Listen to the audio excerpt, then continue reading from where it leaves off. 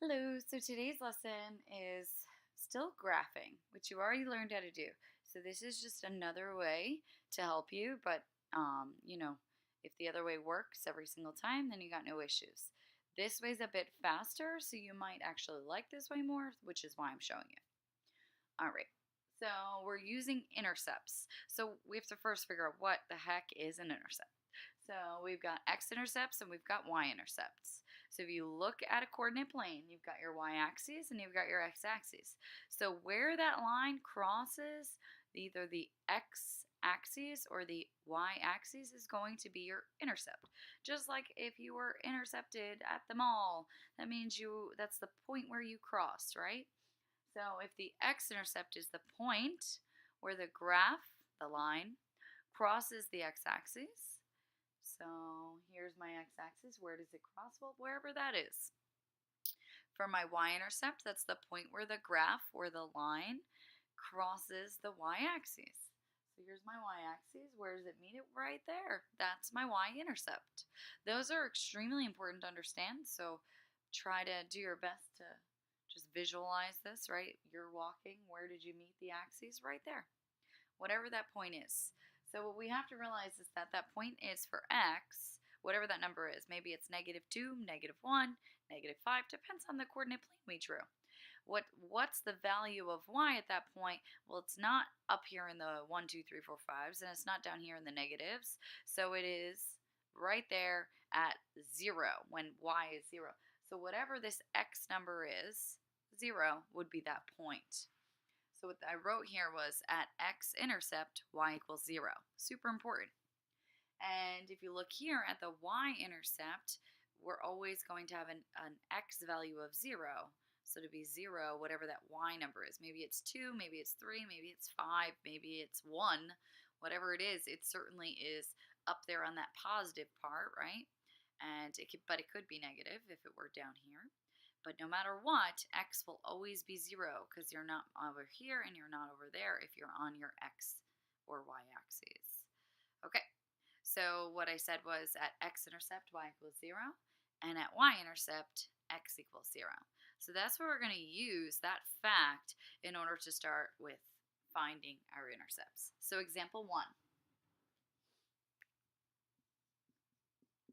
All like definition stuff. Now let's actually do an example. It's math time. Yay! Find the intercepts of the graph 3x plus 4y equals 24.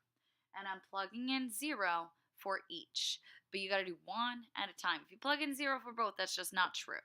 0 plus 0 equals 24 is not true. So we can't do that. You have to remember that. You got to do one at a time. So let's focus on first the x-intercept just because I wrote it first. So the x-intercept, y equals 0. So I'm going to plug in 0 for y on the x-intercept. So here's my y next to the 4. So now instead of a y, I have a 0. So I have 3x plus 4 times 0 equals 24. Well, how nice. Anything times 0 makes it all disappear, right? 4 times 0 is 0. 3x plus 0 is 3x. So all we're left with, you can kind of just like block that out, is 3x. 3x equals 24. So now I have to get x alone. I divide by 3 and x equals 8. So what that means is that my x-intercept is 8. Now let's look at the y-intercept. Again, at the y-intercept, x equals 0. At the y-intercept, x equals 0. So here's my y-intercept somewhere on that axis, and the value of x is 0 anywhere on that part. So I plug in instead of an x, a 0. So I have 3 times 0 plus 4y equals 24. Again, just block that out. You got 4y equals 24, which means y is 6. So you have another point. The y-intercept is 6. Some people do this. Coordinate plane, x is 8, so 2, 4, 6, 8.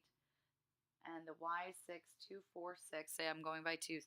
And they plot this point, 8, 6, which is not what this is giving you. This is giving you the intercepts. You've got an ordered pair of 8, 0 from that x-intercept right here, and an ordered pair of 0, 6 from that y-intercept over there, and you draw a line through those points because this line here, 3x plus 4y equals 24, goes through both points, right? It goes through a lot more than just those, but it certainly goes through those two. The x-intercept is a point, and the y-intercept is another point. So I have that here. If you look right here, I have that. I drew it a bit nicer, although it really isn't much different.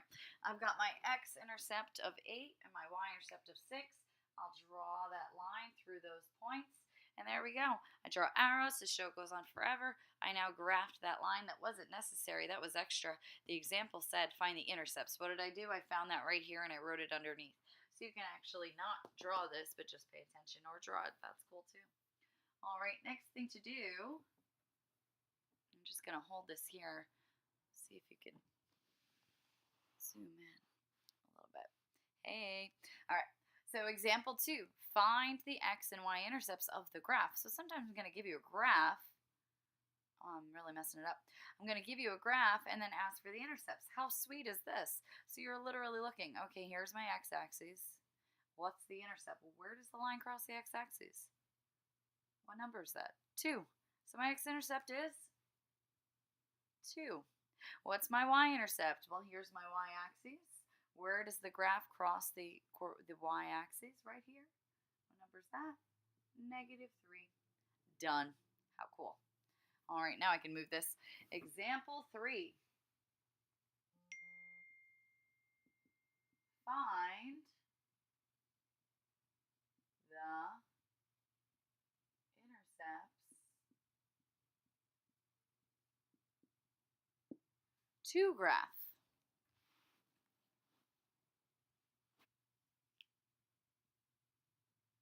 Find the intercepts to graph. So I've got my equation, 5x minus y equals 5.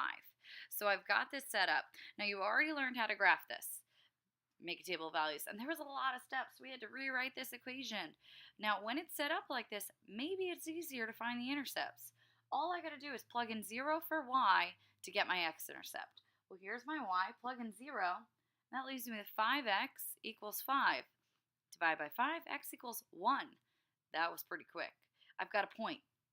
Now I plug in 0 for x to get my y-intercept. So I just block this part. And I've got negative y equals 5, meaning y equals -5. You could show that if you'd like. If you have negative y equals 5, divide by -1, and y equals -5.